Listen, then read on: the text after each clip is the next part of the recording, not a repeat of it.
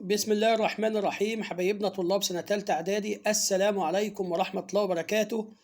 النهاردة معادنا مع حل امتحان محافظة الغربية في مادة الدراسات الاجتماعية اللي امتحنوه النهاردة السبت 21/1/2023. السبت 21/1/2023. كل التوفيق والنجاح لأبنائنا في محافظة الغربية وعقبال كل المحافظات بإذن الله. لو عجبك الفيديو اشترك في القناة، فعل الإشعارات عشان يوصل لك كل جديد. تعالوا مع بعض نشوف نوعية الأسئلة اللي جت في محافظة الغربية عشان نأكد عليها بإذن الله. أول سؤال جه في محافظة الغربية جاب سؤال خريطتين، خريطة لقارة أمريكا الجنوبية وخريطة لقارة أستراليا. وأول سؤال سأله قال اسم الخريطة رقم 1. الخريطة دي خريطة لقارة إيه؟ طبعا الإجابة لقارة أمريكا الجنوبية. تاني سؤال سأله في الخريطة اسم الخريطة رقم 2. طبعا ديت خريطة لقارة أستراليا. رقم 3 اسم الإقليم المناخي اللي موجود في قارة أمريكا الجنوبية في المكان ده. أيوة فعلا الإقليم الاستوائي وشبه الاستوائي. رقم 4 اسم الجبال اللي موجودة في شرق قارة أستراليا في المكان ده. أيوة فعلا جبال الحاجز الكبير أو جبال الألب الأسترالي. السؤال الثاني اختر الإجابة الصحيحة مما بين القوسين. 1 يمتد يابس قارة أمريكا الشمالية إلى الشرق من يابس قارة أمريكا الشمالية كله بيمتد إلى الشرق من المحيط الأطلنطي، خليج المكسيك، المحيط الهادي، البحر الكاريبي. طبعا الإجابة المحيط الهادي. السؤال رقم 2 توجد بقارة أفريقيا ويجري بها نهر الأورنج واللمبوبو. مكان موجود في قارة أفريقيا وبيجري فيه نهر الأورنج واللمبوبو. هضاب الصحراء الكبرى، هضبة باتاجونيا، جبال الروكي، ولا هضبة جنوب أفريقيا؟ طبعا الإجابة هضبة جنوب أفريقيا. 3 تمتد دولة نقط ونقط أو تعد دولة نقط ونقط من أكثر دول قارة آسيا سكانا. الصين وماليزيا، الصين والهند، الصين واليابان، الهند والعراق. طبعا الإجابة الصين والهند. 4 يمتد أقصى شرق، ركز في السؤال ده عشان سؤال مهم جدا جدا. يمتد أقصى شرق قارة أستراليا على نحو 10 درجات طولية في نصف الكرة الأرضية الشرقي، الغربي، الشمالي، الجنوبي. طبعا الإجابة الغربي. السؤال اللي بعده أجب حسب ما يطلب منك. بما تفسر تتميز السهول الساحلية بقارة أفريقيا بشكل عام بالضيق وتتسع في بعض المناطق؟ الإجابة طبعا الإجابة بسبب اقتراب حافات الجبال والهضاب من السواحل وبتتسع عند مصبات الأنهار. أيد بالأدلة ترتب على زيادة السكان في معظم دول آسيا مشكلات عديدة. يعني إيه هي المشكلات اللي ترتبت على زيادة السكان في معظم دول آسيا؟ الإجابة نقص الغذاء، قلة نصيب الفرد من الدخل القومي، انخفاض مستوى المعيشة، وجود هجرات غير شرعية بتتجه في معظمها لدول العالم المتقدمة في أوروبا زي إيطاليا وزي أسبانيا. وخلي بالكم السؤال ده مهم جدا جدا جدا تقريبا في كل المحافظات. السؤال الثاني اكتب كلمة صح أو كلمة خطأ أمام ما يناسب العبارات الآتية مع تصويب الخطأ. اقرأوا سؤال صح وغلط للآخر، شوفوا طالب إيه. 1 أنتاركتيكا قارة متجمدة وغير مأهولة بالسكان. طبعا الإجابة صح. تمتد جبال الألب اللي موجودة في قارة أوروبا من الشمال إلى الجنوب في وسط قارة أوروبا. طبعا الإجابة غلط، بتمتد من الغرب إلى الشرق. 3 نهر الدانوب في قارة أوروبا بيصب في بحر الشمال. طبعا الإجابة غلط، نهر الدانوب بيصب عندي في البحر الأسود. ممكن أصححها بطريقة تانية، أقول نهر الراين هو اللي بيصب في بحر الشمال. 4. أعلى نسبة من السكان البالغين توجد في دول غرب أوروبا. طبعا الإجابة صح. 5. يتركز سكان الولايات المتحدة الأمريكية في عدة مناطق ومنها الساحل الشمالي الشرقي. طبعا الإجابة صح بسبب وجود الموارد الاقتصادية الضخمة والمدن الكبرى مثل مدينة نيويورك. السؤال اللي بعده: استضافت مصر قمة المناخ كوب 27 في شهر نوفمبر عام 2022، بيؤكد على دورها المحوري في المنطقة والعالم. في ضوء العبارة الآتية أجب. 1.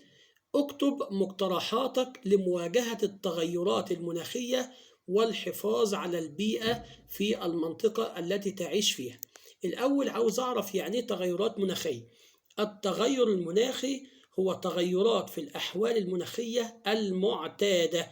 يعني إحنا مثلا متعودين في فصل الصيف إن درجة الحرارة تبقى حر بس. لما تبقى شديدة الحرارة ده اسمه تغير مناخي. متعودين في فصل الشتاء إن الجو بيبقى برد بس. لو بقى شديد البرودة مع سقوط الثلوج ده اسمه تغير مناخي. تمام يا شباب؟ طيب أعمل إيه بقى علشان أواجه التغيرات المناخية دي أو ما خليهاش تحصل؟ اسمع الإجابة: عدم إزالة الغابات والإكثار من زراعة المسطحات الخضراء. 2.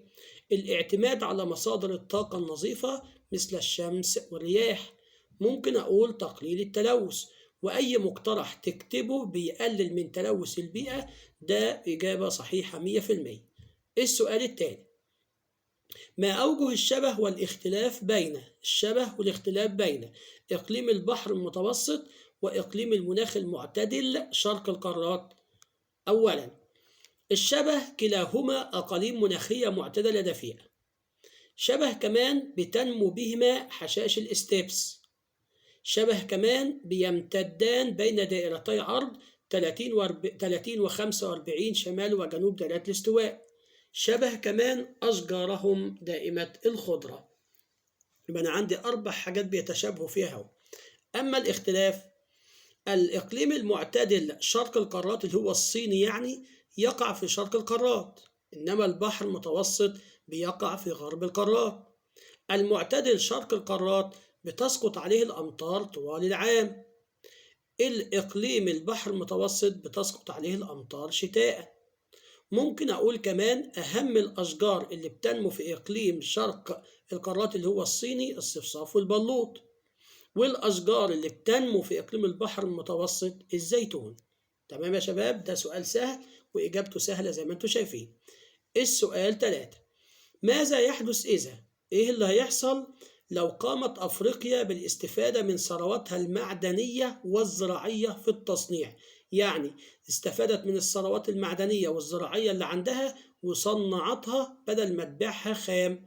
هنقول سوف تصبح دولها من الدول ذات الدخل الاقتصادي المرتفع، ويرتفع دخل السكان وترتفع مستوى المعيشة. هتبقى من الدول ذات الدخل الاقتصادي المرتفع. السؤال اللي بعده: اختر الإجابة الصحيحة مما بين القوسين. وأول سؤال في التاريخ: فشلت حركة علي بيك الكبير وعادت مصر ولاية عثمانية بسبب انتصار السلطان العثماني عسكريا، خضوع علي بيك الكبير للسلطان، انحياز محمد أبيك أبو الدهب للسلطان. لا شيء مما سبق صحيح. طبعا الإجابة انحياز محمد بيك أبو الدهب للسلطان العثماني. 2.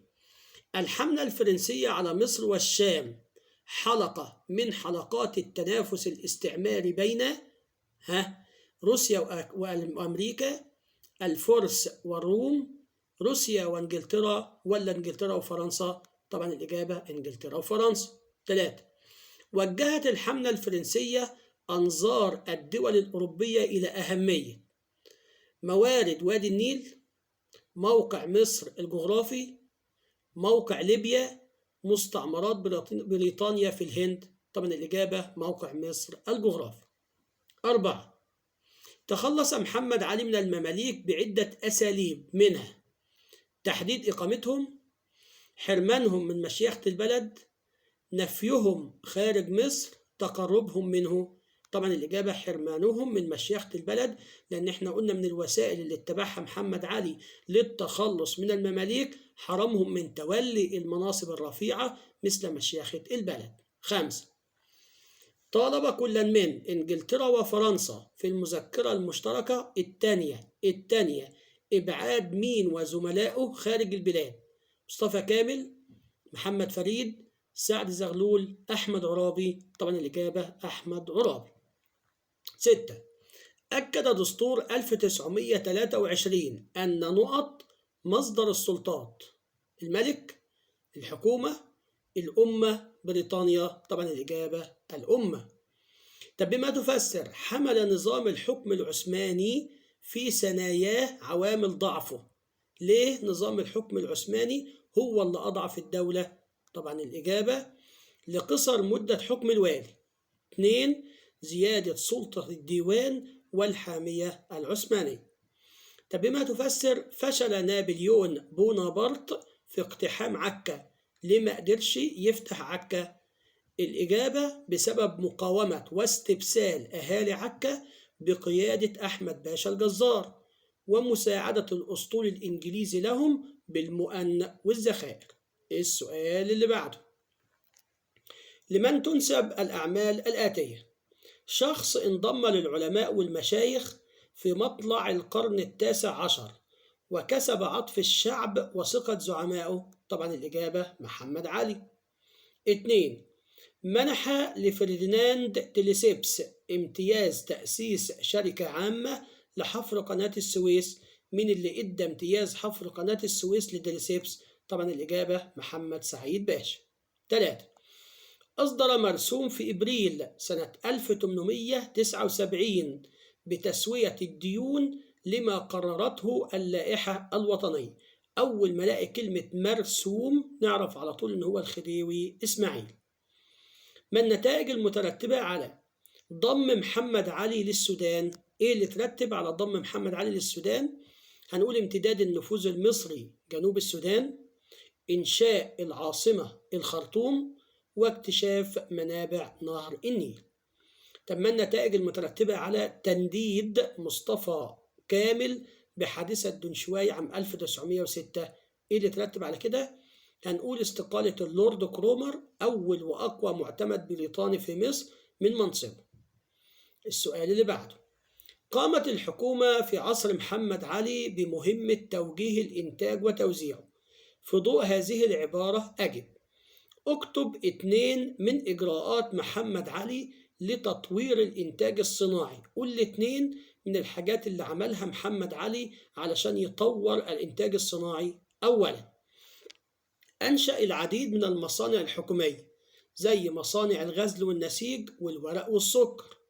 جمع الصبية للعمل في مصانع الدولة بأجور رمزية فأصبحت بمثابة مدارس صناعية، واستعان بالخبرات الأجنبية وأرسل بعثات للخارج وترجم الكتب الخاصة بمختلف الصناعة.